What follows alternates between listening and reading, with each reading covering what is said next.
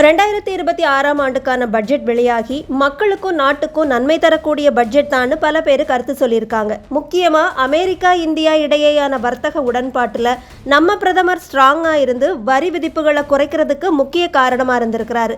இதெல்லாம் ராகுல் காந்திக்கும் காங்கிரஸ் கட்சிக்கும் பொறுக்காது. வழக்கம் போல பிபிசி உதவியோட ஏதாவது வெளிநாட்டு சர்ச்சைகளில் நம்ம பிரதமர் பேரை இழுக்கணுமே, நாடாளுமன்ற கூட்டத்தில் வேற எந்த நல்ல விஷயங்களையும் விவாதிக்காம இந்த பிரச்சனையை பற்றி பேசி கத்தி கூப்பாடு போட்டு நேரத்தை கடத்தணுமேன்னு யோசிச்சு இப்போ எப்ஸ்டீன் ஃபைல்ஸில் மோடி அவர்களுடைய பேரும் இருக்குதுன்னு கிளப்பியிருக்காங்க காங்கிரஸ். உலகம் முழுக்கவே ஒரு பெரிய அதிர்வலைகளை ஏற்படுத்தின பேர் தான் ஜெஃப்ரி எப்ஸ்டீன். அவர் தொடர்பான ரகசிய ஆவணங்கள் தான் எப்ஸ்டீன் ஃபைல்ஸ். அமெரிக்காவோட பணக்கார முதலீட்டாளர் ஜெஃப்ரி எப்ஸ்டீன் சிறுமிகளை எல்லாம் பாலியல் சுரண்டல்ல ஈடுபடுத்தின வழக்குகள் தொடர்பாக நீதிமன்றத்தில் தாக்கல் செய்யப்பட்ட ரகசியமாக வைக்கப்பட்ட ஆவணங்கள் தான் இந்த எப்ஸ்டீன் ஃபைல்ஸ். இந்த எப்ஸ்டீன் ஃபைல்ஸில் பாதிக்கப்பட்டவர்களுடைய சாட்சியங்கள், அவரோட நெருங்கின தொடர்பில் இருந்த முக்கியமான பிரபலங்களுடைய பேர், இமெயில், தொடர்பு விவரங்கள், விமான பயண பதிவுகள்லாம் இருக்கிறதா சொல்லப்படுது. முதல் முறையாக இந்த எப்ஸ்டீன் ஃபைல்ஸ் வெளியானப்போ பல சக்தி வாய்ந்த நபர்களுடைய பேர் இந்த ஃபைல்ஸில் இருந்தாலுமே அங்கே பெயர் இருந்ததுக்காக அவங்களையெல்லாம் குற்றவாளின்னு சொல்ல முடியாதுன்னு நீதிமன்றம் சொல்லியிருந்தது. கடந்த 2019ஆம் ஆண்டு எப்ஸ்டீன் சிறையில் இருந்தப்பமே தற்கொலை செய்து கொண்டார். ஆனால் அவர் கொலை செய்யப்பட்டாரா, யாரையாவது காப்பாற்றுறதுக்காக அவர் கொலை செய்யப்பட்டாரான்னு பல சந்தேகங்கள் இன்னும் நீடிப்பதா அமெரிக்காவில் சொல்லப்படுது.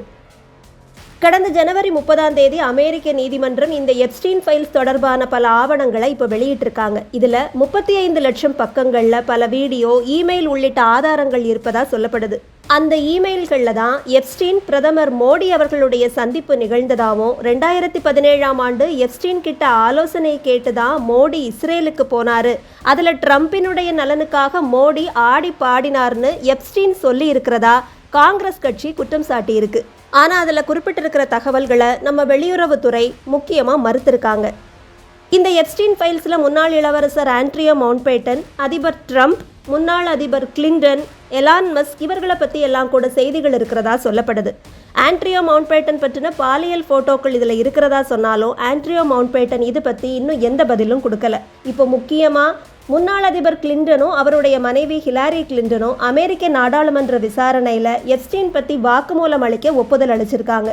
கிளின்டன் தொடர்பான புகைப்படங்கள் எல்லாம் பல ஆண்டுகளுக்கு முன்னால் எடுக்கப்பட்டதாகவும், எப்ஸ்டீன் கூட இருந்த தொடர்பை கிளின்டன் ஆரம்ப காலத்திலேயே முறிச்சுக்கிட்டதாகவும் கிளின்டன் தரப்பு வெளிப்படுத்தி இருக்கு. இதே போலத்தான் அதிபர் ட்ரம்ப் எப்ஸ்டீன் கூட இருக்கிற புகைப்படங்கள், வீடியோக்கள் எல்லாமே இருந்தாலும் அவருடைய நட்பை 2000 காலகட்டத்திலேயே முறிச்சுக்கிட்டதாகவும் பதிவுகள் வெளியாகி இருக்கு.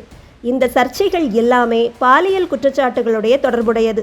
இதில் பிரதமர் இஸ்ரேல் போகிறதுக்கு எதுக்கு எப்ஸ்டீன் கிட்ட ஆலோசனை கேட்கணும்? 2017ஆம் ஆண்டு பிரதமர் இஸ்ரேல் போகிறது அரசு முறை பயணம்.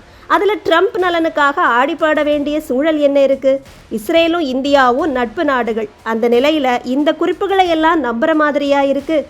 அப்படியே எப்ஸ்டீனோட ஆலோசனைப்படி நம்ம பிரதமர் மோடி அவர்கள் இஸ்ரேல் போய் ட்ரம்ப் நலனுக்காக ஆடி பாடினாலும் அதில் இந்தியாவுக்கு நடந்த பாதிப்பு என்ன, ட்ரம்ப்புக்கு கிடைச்ச நன்மை என்ன, இதெல்லாம் காங்கிரஸ் விளக்கணும். அது மட்டும் இல்லாமல் காங்கிரஸ் ஆட்சி காலத்தில் இந்திரா காந்தி குடும்பம் நம்ம நாட்டினுடைய பாதுகாப்பு வாகனங்கள் மூலமாக பல தீவுகளுக்கு பயணம் செஞ்சு ஜாலியாக இருந்த விஷயங்களையும் இப்போது பாஜக கேள்வி கேட்குமா? அந்த விஷயங்களும் வெளியில் வருமானு மக்கள் எதிர்பார்த்து காத்திருக்காங்க.